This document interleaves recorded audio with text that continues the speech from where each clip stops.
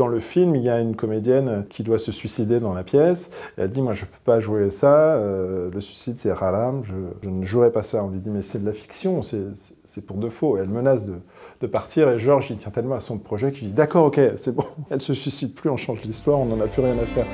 C'est la première fois à Beyrouth, n'est-ce pas? Ouais. Hey, voilà. Vous venez pour le théâtre? Toutes les communautés sont partantes. Français, French. Maronites, chiites, druzes, palestiniens. J'y comprends rien, moi, à cette guerre. J'ai jamais foutu les pieds au Liban. Ça va être très bien. Merci. Quand tu arrives dans un camp, tous les autres sont des ennemis. Tu comprends ça? Il y a un petit problème. L'acteur chrétien, il peut pas passer la ligne de démarcation. Il faut que cette pièce existe. Il faut qu'on existe.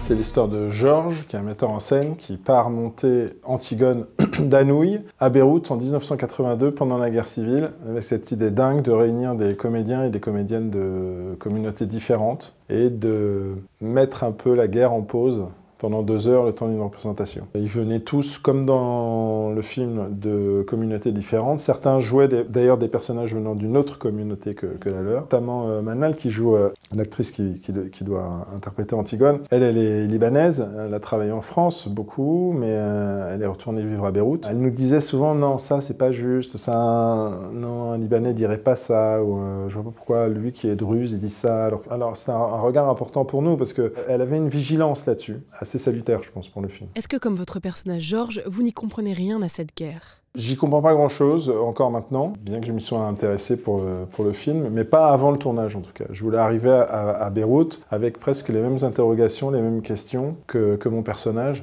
Et il y a cette scène dans le film que j'aime beaucoup avec Simon Abkarian, qui joue le fixeur de mon personnage. Il y a des tirs comme ça dans la nuit qu'on entend dans Beyrouth. Et mon personnage demande à Simon, mais qui tire là? C'est les Druzes qui tirent? C'est les chrétiens? C'est les Palestiniens?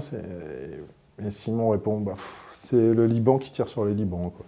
Donc au bout d'un moment, il y a quelque chose de presque absurde, quoi. Mais ce que j'aime aussi dans ce film-là, c'est qu'il n'essaie pas d'apporter des réponses, ou d'expliquer les choses, ou d'avoir un regard géopolitique sur ce qui se passe. C'est un film français, sur des événements qui sont totalement étrangers à la France, vécu par un personnage français qui débarque dans un pays où il ne comprend rien. C'est un film sur la tragédie, sur le drame, sur la répétition du drame. C'est pas du tout l'esprit ni du livre de Sor Chalandon, ni du film qu'on a tourné bien avant, le 7 octobre. Il y a ce côté, l'histoire qui se répète et de manière implacable. Dans le film, la famille de l'un des personnages très religieux estime que la pièce est haram, qu'elle ne respecte pas la charia et représente un péché. En quoi, selon vous, la religion peut faire obstacle à la liberté d'expression et à l'art? La religion a peur de l'art, parce que l'art, c'est un outil d'émancipation, et la religion veut garder ses fidèles captifs. Donc oui, tout ce qui émancipe l'esprit peut faire peur à beaucoup de religions. Le théâtre, en France, plus maintenant, mais pendant longtemps, les comédiens étaient excommuniés parce que c'était considéré comme péché de représenter la création divine, de mettre en scène la création divine. Mais ceci parce que les seuls lieux de représentation qui devaient être acceptables étaient les églises, qui sont des théâtres un peu qui ne donnent pas leur nom, mais qui sont vraiment organisés comme des théâtres et qui mettent en scène des pensées, des sentiments, des menaces, voilà. Dans le film, il y a une comédienne qui doit se suicider dans la pièce. Elle dit, moi je peux pas jouer ça, le suicide c'est haram, je ne jouerai pas ça. On lui dit, mais c'est de la fiction, c'est pour de faux. Et elle menace de partir et Georges il tient tellement à son projet qu'il dit, d'accord, ok, c'est bon, elle se suicide plus, on change l'histoire, on n'en a plus rien à faire, ni d'Anouilh et a fortiori de Sophocle.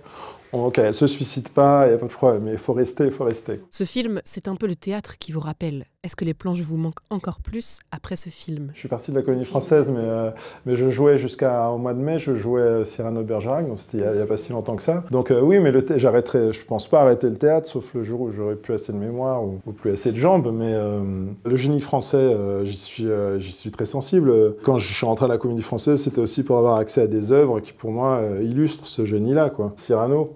J'ai adoré, là on parlait de génie français, ben là, chez Rostand, je pense qu'on est en plein dedans. C'est une œuvre qui est très accessible, très populaire, c'est une œuvre qu'on peut aller voir quand on n'est jamais allé au théâtre. C'est des grands sentiments, c'est des personnages aussi très complexes, parfois plus que ce qu'on peut imaginer, c'est pas que des grandes figures romantiques, pas le héros guerrier au grand cœur, c'est aussi un être complexé, égocentrique, manipulateur. Puis la langue, l'écriture est juste miraculeuse. Là c'est facile parce que c'est tellement bien écrit.